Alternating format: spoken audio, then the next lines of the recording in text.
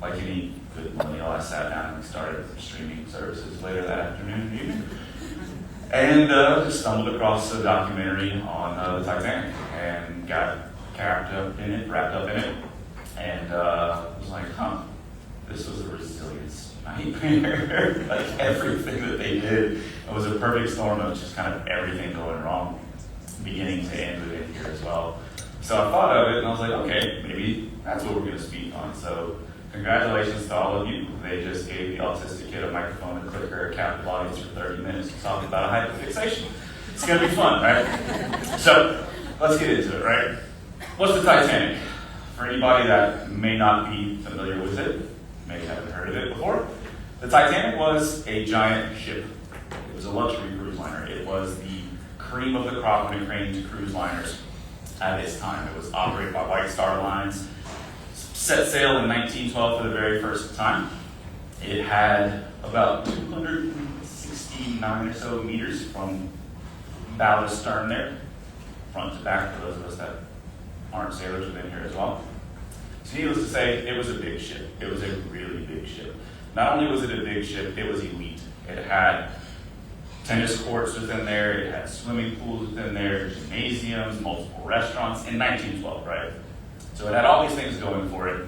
A lot of fanfare, a lot of hype around this whole thing, and was captained by Captain Edwards, a 40-year veteran who was going to be making his last trip on the ship within here as well. Right? In addition to that, it was a technical marvel in a lot of ways. Right? So it had 16 watertight compartments within the actual ship itself, all kind of each individually segmented off. Part of the genius of the design of the ship was the fact that any 4 of those at any given moment could be filled with water and it would stay afloat. It would have been just fine.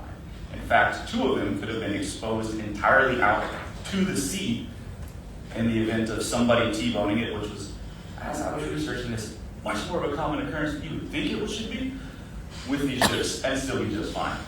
It had a beautiful double hull along the bottom, and I'm apologizing because I paced a lot, so I'm going to block my own slides. But it had a double hull along the bottom, because that was also another problem, just running over things you could see within there as well. These automated bulkhead doors that would close, you could close them directly from the bridge itself. They also had a really innovative feature in the sense that they had little water detectors. It essentially had a float within there that was made out of cork. It would rise up as soon as water was detected and automatically close the doors at a safe pace within there as well too, so as to not capture or trap sailors within there as well. Really innovative stuff for the time. It was quadruple riveted in key areas as well, so there's a lot of talk, especially if you start to look it up. Did the rivets fail? What caused this? All these things. And a lot of the key areas, it was quadruple riveted through there because there was a failure within the sister ship that made it go back into the docks. So they said, nah, we're not going to do that. This is our flagship. We're quadruple riveting these things in certain areas within here as well. And lastly, it had a really powerful communications array. At about the time, you would end up with the range of about 500 kilometers or so for most of these. 1,600 kilometers away, they could talk to you, no problem at all on the Titanic. So it was well equipped to handle just about anything. Just about, spoiler alert. There's also a prevailing myth within the Titanic, or about the Titanic, I should say, that they cut all of these corners and dodged all these rules and all this kind of things when they're making it. And as you start to look at it, that myth kind of really falls apart, essentially. When you look at a lot of the various regulations and standards of the day, not only were they compliant, they were above compliant. One of the big things was the number of life rafts, right? Hindsight, obviously, being 2020, it's pretty easy to say they didn't have enough. At the time, the regulation dictated that they had to have 16 lifeboats on the ship. 16. Ranging from anywhere from 40 to 65 passengers. Now, I don't have that kind of math autism. That's not my particular brand, but that ain't enough for 1,500 people within the ship, right? However, there was a lot of conversation around there. They put 20 on the ship. The shipbuilders wanted 48 because they were being a little bit proactive, as we were talking about before, in terms of emerging risk pieces there as well. Some of the sessions yesterday, call back, there you go. But the board decided we're compliant. We're good. We're above board, right? Everything's fine. What could happen? Additionally, the bulkheads, those dividing sections that created those 16 compartments within there as well too, were up to the maritime standards today, right now. So there's a lot of talk about how in the actual crisis itself, water ended up flowing over top of them, ended up sinking some additional compartments as well too. One of the more well-known causes of the actual ship sinking itself. You're not allowed to have watertight bulkheads that go above and extend beyond the passenger area on the ship within here as well. So not only were they compliant with the laws of the time, it's still to this day would they compliant in that sense. The steel and the iron. A lot has been made about, oh, well, it was brittle steel, it was bad, it got cold, it cracked. All these problems with it. They used shoddy steel within there. They didn't. Harlan and Wolff were one of the premier shipbuilders of the time. They were using some of the best steel that they had available, and on top of that, they were using the same steel that's in ships like the Queen Mary that's currently sitting off the coast of California right now. So it's not the sense that they cut these corners. There's a bit of debate as we talked about the rivets that they used, right, and some of the problems within there as well, and there's speculation back and forth on was it actually a problem, is that what sank it, and I won't get into all of that because that would be my entire 30 minutes to walk through and unpack that entire debate. But there were some issues in supply chain, so they downgraded from grade 4 rivets to grade 3. They went from what's described as best rivets, which I didn't know was a thing, to best rivets. Still above board and above compliance. And then, in 2 different inquiries done by the United Kingdom and the United States, it was assessed by other ship captains of the time that Captain Smith did, other than taking the risk itself, which we'll get into, he followed the established protocols of what he should have done, would have done in that time frame. He adjusted to more southerly heading, thinking he had dodged most of the ice flows within there as well. And the general wisdom of the day was 1 of 2 strategies in dealing with a bunch of ice in the area. One is you come to a complete stop, park it there for the night, we're done. The other is, you speed on through to try to get out of nature as quickly as you possibly can, right? So all of this came together into this perfect sense of confidence about the ship. Now, unsinkable. I threw it in there because it's a nice, fun catchphrase, right? It honestly wasn't described as unsinkable a ton. Really, that became a big sensationalist news element afterwards. The unsinkable ship has sunk, right? So that became the fun way to describe it. However, there's absolutely evidence of all kinds of organizational attitudes when it came to how they viewed their ship and how it was supposed to operate. However, it wasn't really unique to the Titanic. That same Captain Edwards, when he was talking about his other ship that he was on, 2 ships prior to the Titanic, said, I can't imagine any condition that would cause a ship to founder. I can't imagine a vital disaster happening to this vessel. Modern shipbuilding has gone beyond that. So not the Titanic. The Adriatic. Anybody heard of it? Not me neither, right? Unsinkable at that time because modern shipbuilding was too good. His other ship, the Olympic, got T-boned, as I talked about again. Was T-boned by the HMS Hawk. He came out and said, the Olympic, it's also unsinkable. The Titanic will also be unsinkable within here as well. Why each of these vessels could be cleaved in half, and either half would remain afloat indefinitely. So obviously he had been talking to the designers. He knew how they had built this thing. We talked about that earlier, right? So he was aware and still said, look, there's nothing you can do to sink this thing, right? In fact, God himself could not sink this ship. Right? Like, uncredited as to who has said it, probably because that person didn't go, here's me, and raise their hand afterwards, right? But yeah, it came out in an inquiry that one of the passengers came out and had heard, yeah, someone at the dock was talking about this factor in here as well. So you had all that going for it, right? Didn't it? It's an iceberg. Spoiler alert. Yeah, sorry. So then what happened? Philip Franklin, head of the White Star Line at the time, as soon as he actually received news about it, held a press conference, as you should do, addressed things head on. Came out and said, look, there's no danger the Titanic's going to sink, right? This thing's unsinkable. It'll be nothing but an inconvenience to the passengers. They're just going to be a little late, right? It's okay. 2 hours later, when it sank, he came out and said, look, I thought it was unsinkable, right? My bad. Credit to him for coming out, though, and admitting to that and coming up with that as well, right? Like,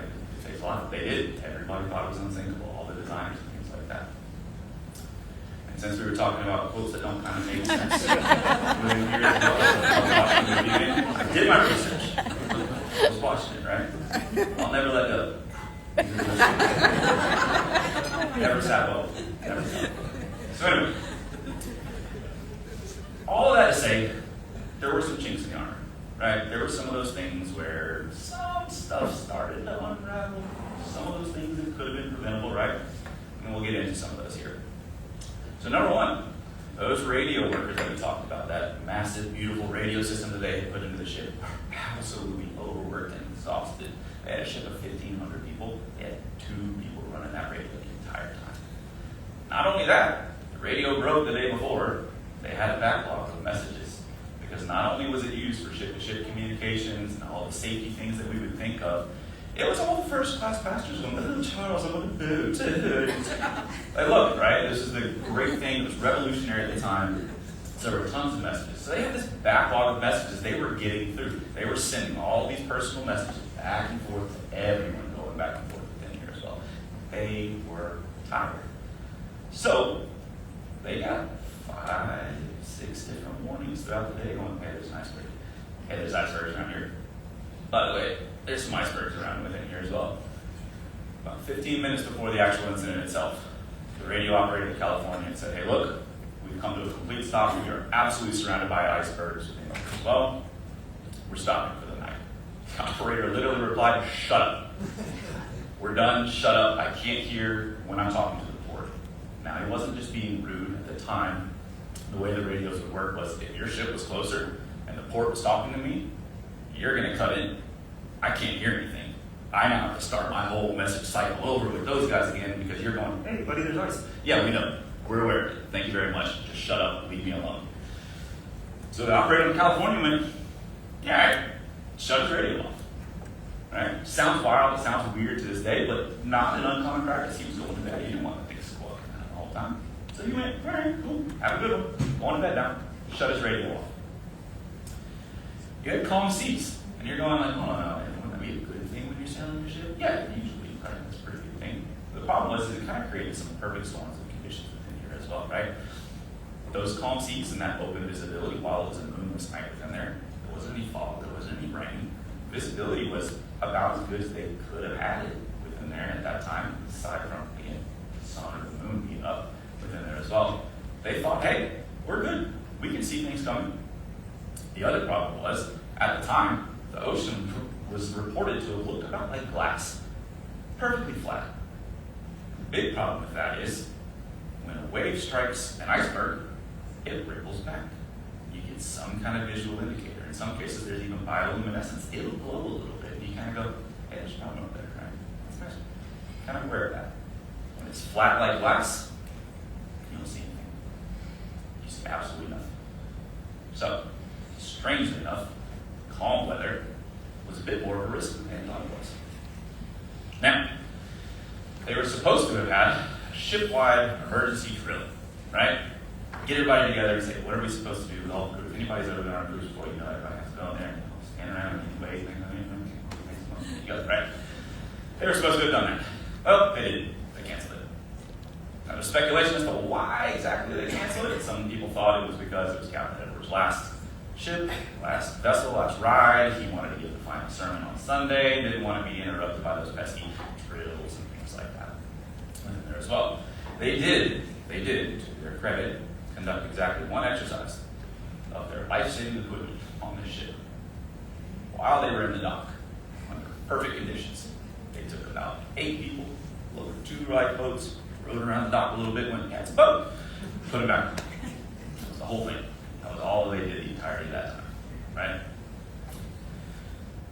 The other piece was they put lists out, and they said, "Hey, here's where you're supposed to go, what you're supposed to do, how things are supposed to look, where everybody's supposed to go," using all the various nautical terms, port, starboard, all that kind of fun stuff within here as well. Raise your hand if you already knew what port, starboard, and left to right.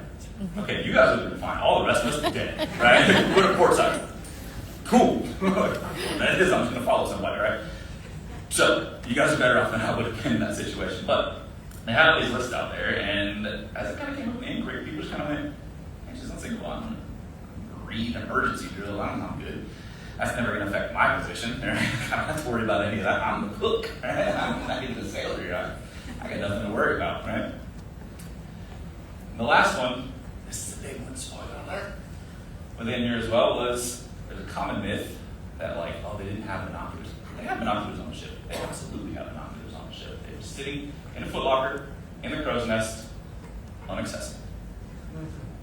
Because at the very last minute, the captain decided, I want my first officer to be on this ride with me, my last sail across the Atlantic within here as well. So he brought his guy on board. What that meant was they had to bump somebody. So they bumped the lowest officer, David Blair, right off the ship.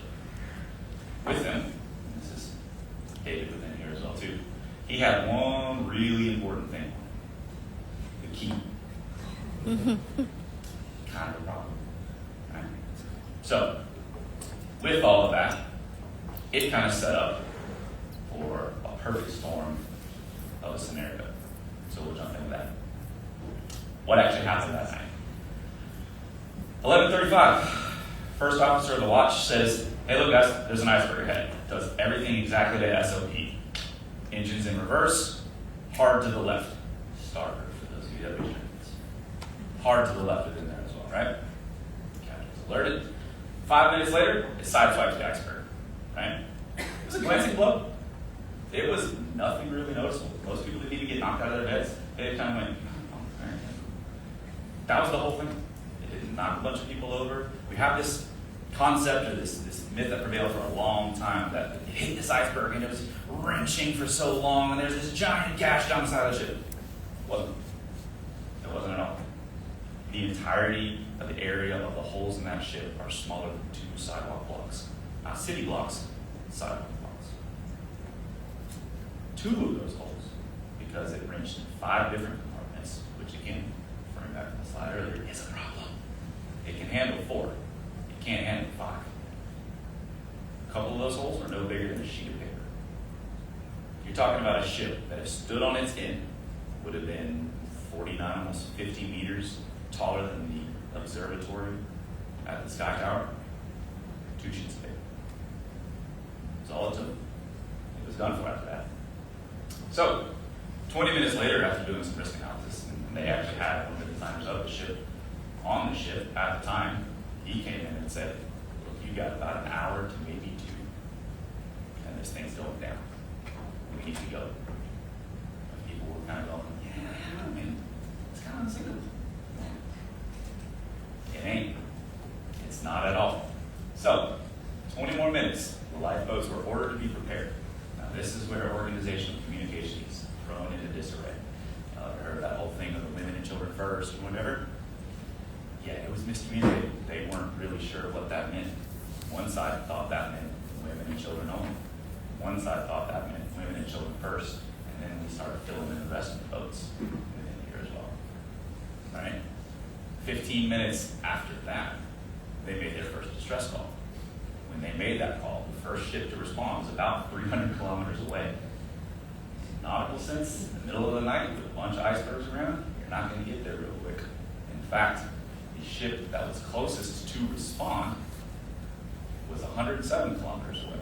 It took about 3 hours for them to even get there. All of that to say, California, that had turned their radio off, 27 kilometers away. Didn't know. Had no idea until about 5:30 the next morning when they woke up. Now, lifeboats then started to be lowered at 12:45, so it took 45 minutes for them to actually get through this because they didn't want to drill. Right? So people didn't know what they were doing. They didn't trust the lifeboats at all. And at the time, lifeboats were kind of shifty. Right? You're going to take this tiny little wood boat, put it in the Atlantic, North Atlantic, middle of the night.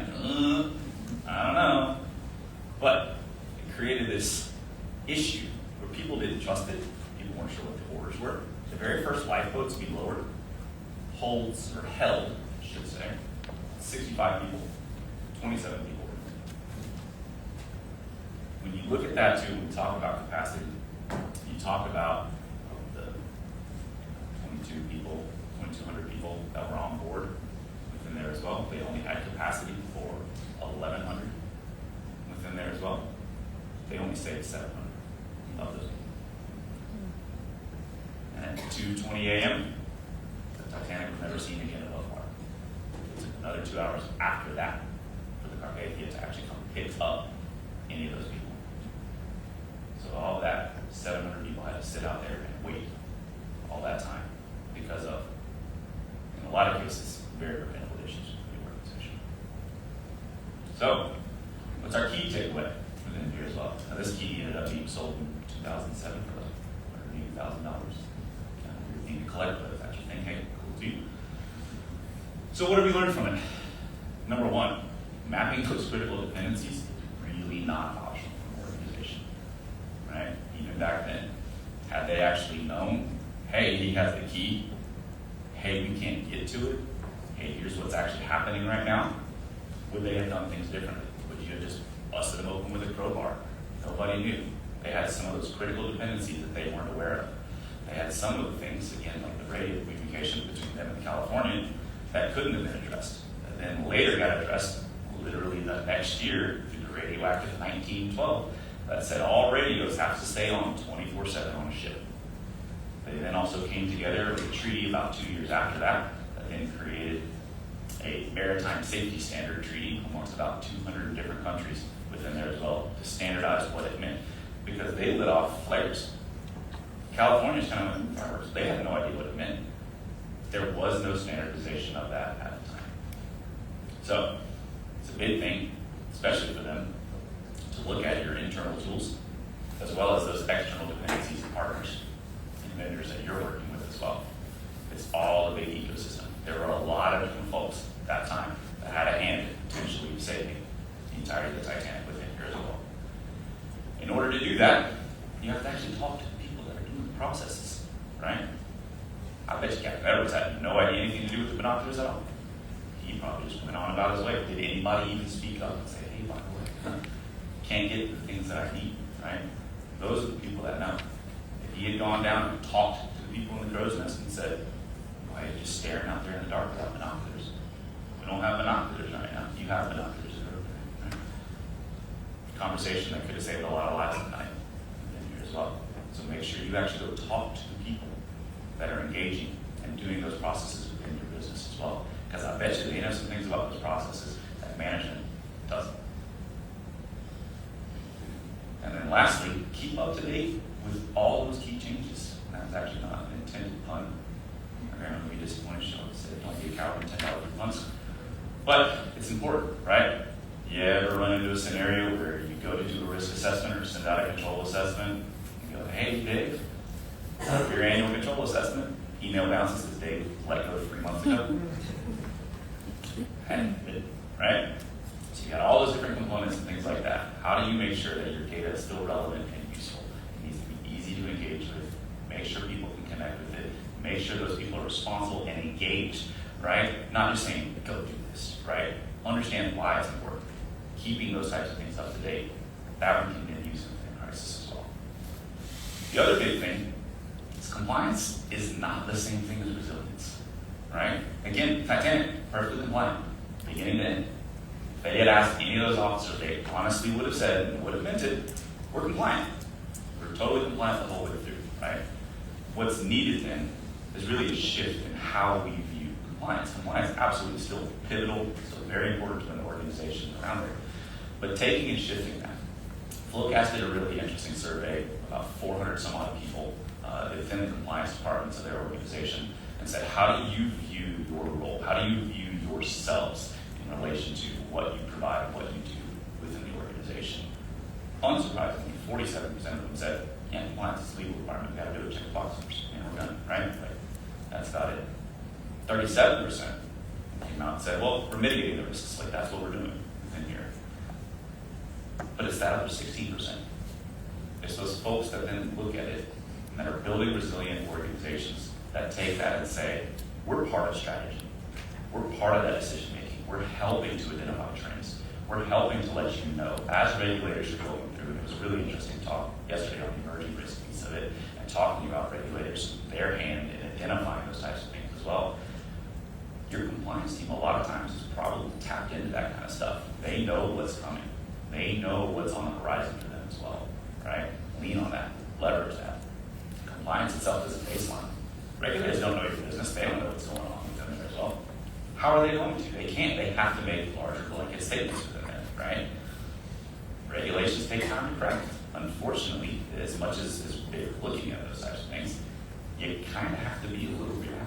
Something bad generally has to happen, unfortunately, for big regulatory changes to be accelerated within places as well. So it's a bit lagging as an indicator, but still pretty important.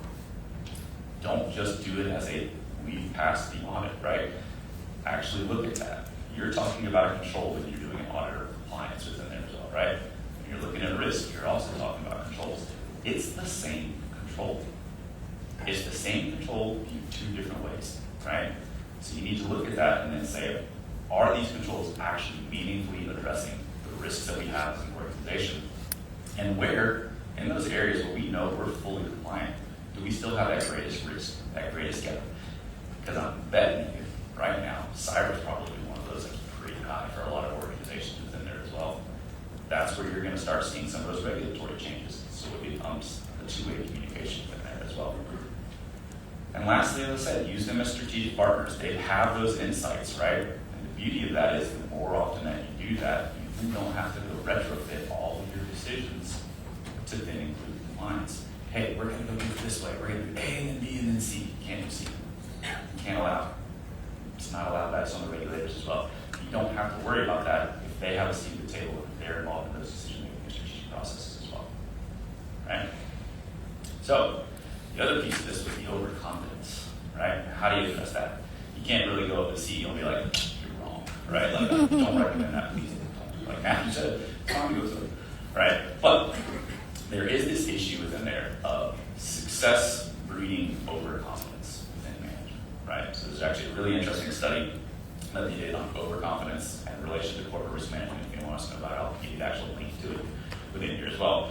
And it talked about speculative actions that people would take and their inverse relationship, or I should say asymmetrical relationship to successes and failures. When successes happen within an organization, people go, I made all the right decisions, everything went great, man, I'm so good at this. When it goes bad, they went, man, that was really bad luck. That's so good, right?